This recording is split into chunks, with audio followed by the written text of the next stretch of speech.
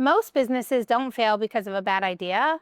They fail because it's the wrong business model for their resources, their personality, and their goals. There's three business models that businesses are set up under: retail, education, and service. And I'm Caroline Rose Bohannon, and I currently own a business in each one of these models.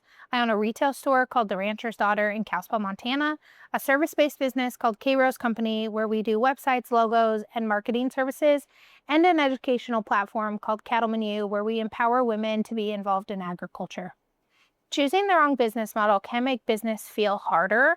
And so we're going to talk about the following business models and how to make the best decision for you and your goals. Well, yeah. Let's start with retail-based businesses. Retail means buying or making something and then selling it to customers. I think this is the most tangible business idea because you see stores pop up all over. We all online shop. We all can see items being sold in transactions. But I think this is a really challenging business model because there's a few aspects to it that maybe we don't consider. So one is you have to have something or make something to sell, which means you have to have either bought the product or spent the money buying the materials to make the product. So cash flow is really challenging. The other thing about retail is you have to be there to sell the product in some capacity. So whether it be in person in a store, whether it be having an online store where you're available to answer questions or emails, but you have to be able to physically transfer that product's ownership to someone else. A few examples of retail are our farm to table store, The Rancher's Daughter, where we sell our meat direct to the customer. You can think of a feed store, you can think of a boutique, you can even think of a gas station, right? They have products in there, you walk in there, you give them money in exchange for a product. All of those would be classified as retail businesses. One of the challenges about owning a retail store is, we talked a little bit earlier about cash flow, but you cannot outwork your sales by just putting in effort. You have to have systems and processes. You have to be really aware of the pricing model, how you discount things, how you buy things, turnover, expired products, like all of that matters. One of the cutest stories we have is we have a little gentleman who comes and sells his eggs at The Rancher's Daughter. I think he's about 12, and he comes in and he sells us his eggs. We write him a check and then we put him in the case. And he was delivering eggs and a lady stopped him and said, "What do you charge for your eggs?"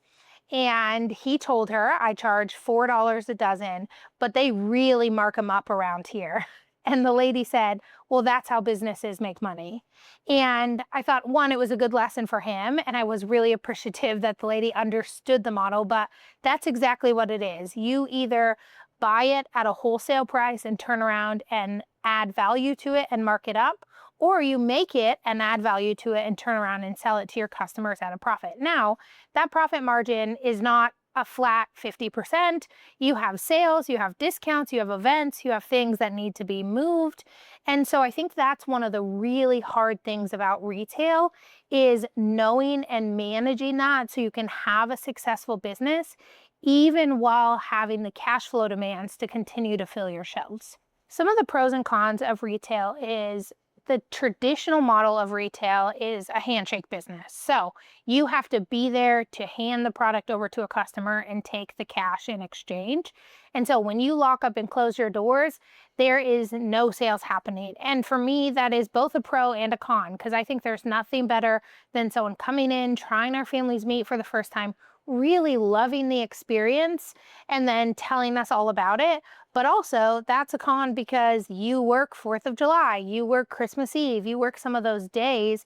You're really tied to kind of a sales schedule.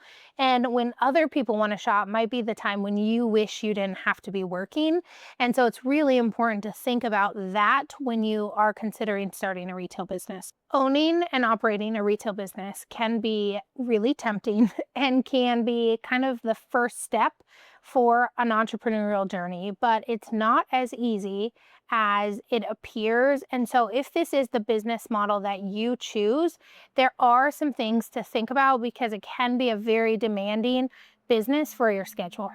That's me. Next, let's talk about service-based businesses. Service-based businesses sell time, expertise, or execution, meaning you're either going to do something for someone because they don't want to do it or because they don't know how to do it. Common examples include services such as marketing and website design, plumbing, photography, anything that someone can come in and take off of your plate and they can do in exchange, housekeeping, any of that is what a service-based business is. Service-based businesses are one of the easiest businesses to start and to scale as long as you have a tangible skill or you're willing to do something other people are not willing to. One of the challenges about service-based businesses is it feels like oftentimes it takes off like a firework. It's really fast and you get some business right off the bat. But it is one of those businesses where there needs to be systems and processes to make sure, one, you don't burn out, two, you're being profitable, and you have room to grow and expand the business to make it to where your goals and dreams are. Even though service-based businesses are easy to start, it is pretty hard to scale those businesses because you only have so much time and capacity to do the business before you'll either need to add a team member, increase your prices, change your offering. And a lot of times, even when we add really high quality team members, it's not like doubling yourself. And so you have to make sure that as you add team members, you're adding value and they can bring more to the business than what they cost. Compared to retail, service-based businesses have another set of pros and cons. One of the pros is the business can be done from anywhere at any time. And one of the cons is the business can be done from anywhere at any time. I remember thinking when I first started my business that if I missed a Facebook message or missed an email, I was going to miss the opportunity at business. Now, 11 years in, I've been able to add a few more boundaries, but you are the product and you are selling your expertise or your time or your willingness to do something. And so in order to do that, you want to make sure that you're available, that you're responding to your customers, and that you're working, which often means it feels like when you first start a service-based business, you can't really turn it off. Service-based businesses are really great for someone who can sell their expertise and who have the time to grow a business. Now, unlike retail, you're not going to see the cash come in and exchange with a physical product. And so sometimes it will feel like you're spinning your wheels, feel like you're doing behind the scenes before you ever get paid. And so you just have to remember that it is an easy business to start, but you really do have to exchange that time for work at the beginning in order to build this business. The next business model is educational business models.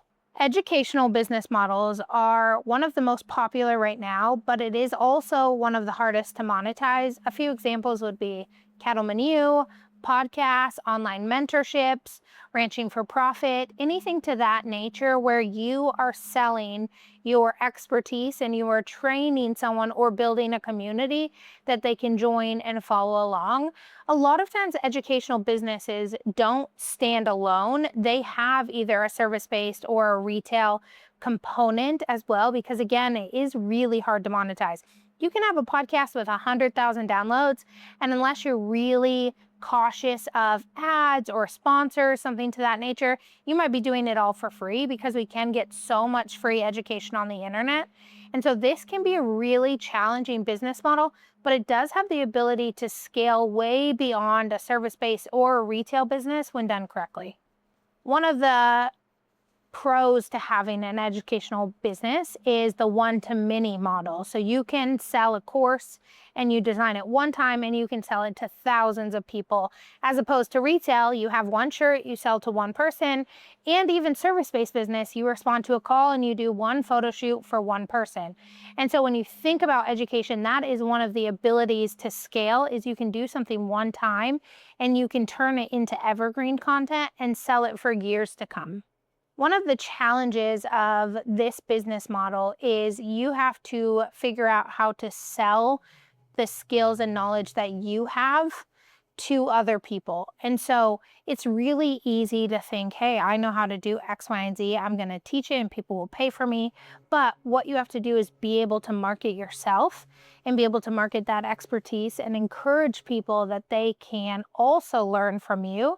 And I think this is a business model where we see maybe the most scammy or spam And so you have to be really cautious to have good systems and processes in place, or a good team that is helping you market, create new content, and price accordingly. Because again, this is a business model that could be considered a hobby, even though you're working really hard and you're producing really good educational content. It is harder to monetize than some of the other businesses. One of the things that I've really found a lot of joy in is combining business models and being able to do multiple under the same name. So let's look at Cattleman U, for example. Cattleman U is primarily in the educational business model, but we do some services, and we also have some products. And so we can have a main category and dabble in the other categories simply because of cash flow and opportunity and demand from our customers. And so just know you can have a retail store and also have an educational night that is paid. You don't have to only stick in one of these business models, and you have to enjoy the business model. If you don't like talking to people, then owning a retail store and having a counter might not be the best thing for you. The other thing too is I think it's everyone's dream to have a business that runs on its own, that doesn't need you, that allows you to go on vacation and, be very present with your kids and all of those. And owning a business requires sacrifice, and it's going to be way more sacrifice than you ever thought was needed, but it is so satisfying. It has so much reward and so much joy when you run a business that works for your operation, your family, your goals. And so I strongly encourage you to chase and pursue being an entrepreneur if that's on your heart, because there is a lot of great days and it is really fun to see your dreams and goals come to fruition. Before you start a business, I think it's really important for you to sit down and think about the future. What do you want this to look like in 5 or 10 years or 15 years? How do you want this to interact with your day-to-day life? Are you okay working Monday through Friday and being at a front counter? Do you want to spend the next couple years on the weekends really hustling? Like, what does that look like for you? Most business owners, I think we see an idea and we chase the idea without thinking about the model type and how it's going to affect the future, and how we can maybe do what we love but tweak the model in order to make it fit our goals and our family's ambitions. Starting and running a business is challenging, and especially scaling it to the ability to replace your income or hire employees.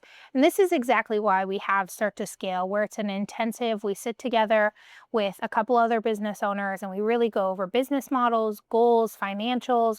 We talk about marketing, and I just get to sit down and dive into your business and pour into your business to help you take it to the next level. Most business owners don't fail because of motivation. They fail because it feels overwhelming. And Start to Scale is a great program to sit down and really move the needle forward on your goals and your business and help those dreams become a reality. And I'd love for you to check it out on our website at cattlemanu.com and join the waitlist.